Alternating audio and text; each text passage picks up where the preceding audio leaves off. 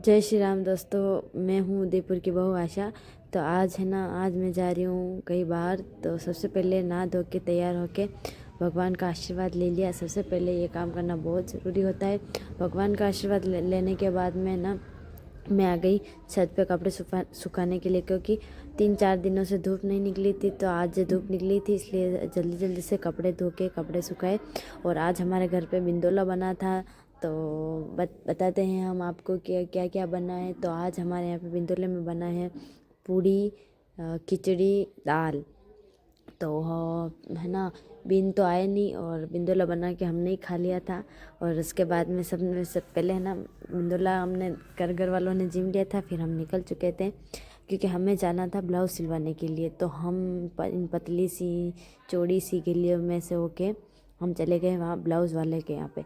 और वहाँ पे आंटी जी को ब्लाउज़ दे के और फिर हम आप घर पे आके सो गए थे। घर सोने के बाद में वापस उठने के बाद में फिर चाय बना के पी। चाय बनाने के बाद में फिर हमें याद आया कि हमें बनाना था कॉमेडी वीडियो इंस्टा के लिए। तो फिर हमने बनाया कॉमेडी वीडियो। अगर आपको कॉमेडी वीडियो देखना है तो आप हमारी इंस्टा अकाउंट को फॉलो कर सकते हैं। आशु वैष्णव नाम से आईडी है। फिर गोवर्धन पूजा की तैयारी करी, तो झाँकता किए और भोग बनाया। सबसे पहले अंदर भगवान को भोग लगाया, उसके बाद में फिर गोवर्धन पूजा की तैयारी की। तो सबसे पहले पड़ोसी वाले भाभी जी आ गए थे, तो वो तैयारी कर रहे थे गोवर्धन की, वहाँ पे रंगोली वगैरह बनाते वो, और मैं उनको सामान ला के दे रही थी। बाकी जो जागता भोग वगैरह था वो सब मैं कर रही थी। फिर हम दोनों ने मिल के पूजा की और सब गोवर्धन पूजा का सारा काम हो गया था। और थोड़ा सा जल्दी जल्दी काम निपटा रहे थे, क्योंकि आज है ना हमारे यहाँ पे मंदिर पे था वो क्या बोलते हैं, लोहड़ी दिवाली का अनकोट प्रोग्राम।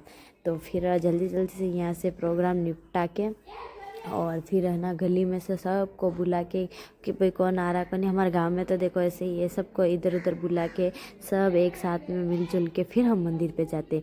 तो फिर है ना, मैंने सब गैंग को बुला लिया था और सबको बोला कि थैलियाँ लेके आना, क्योंकि वहाँ पे आज बहुत सारा प्रसाद बटेगा। फिर सब जने आ गए थे। फिर सब जने एक साथ में मिलके और अंधेरी सी गलियों में से होके चले गए मंदिर। और मंदिर आते ही देखा तो आरती चालू हो गई थी। हम भी टाइम से ही आ गए थे। फिर हमने आरती ली। आरती लेने के बाद में फिर हम अंदर गए, भगवान जी के दर्शन किए। 56 भोग लगा रखा था भगवान जी को। और उसके बाद में फिर आरती आ गई थी, फिर हमने आरती ली।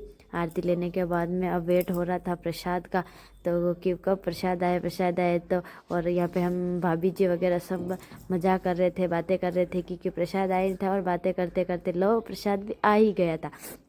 और प्रसाद की थैलियाँ भर भर के ले ली थी। और उसके बाद में फिर हम आ गए थे अपने घर पे। और हमारा ये व्लॉग आपको कैसा लगा तो ये हमें आप कमेंट करके ज़रूर बताना, और कहाँ कहाँ से आप हमारा ये व्लॉग देख रहे हो। और ये 56 भोग जो भी है ना, ये हमारे घर पे आता है, क्योंकि हमारे यहाँ मंदिर की पूजा हमारे पापा जी करते हैं इसलिए। और घर पर आने के बाद में थोड़ा सा टाइम और बच गया था सोने के लिए, तो फिर हमने सबने बाहर मिल के बैठे, बातें करी, थोड़ी सी कॉमेडी करी, बच्चों को डांस करवाया। उसके बाद में फिर उसके बाद में हम घर पे आए थे। घर पे आने के बाद में फिर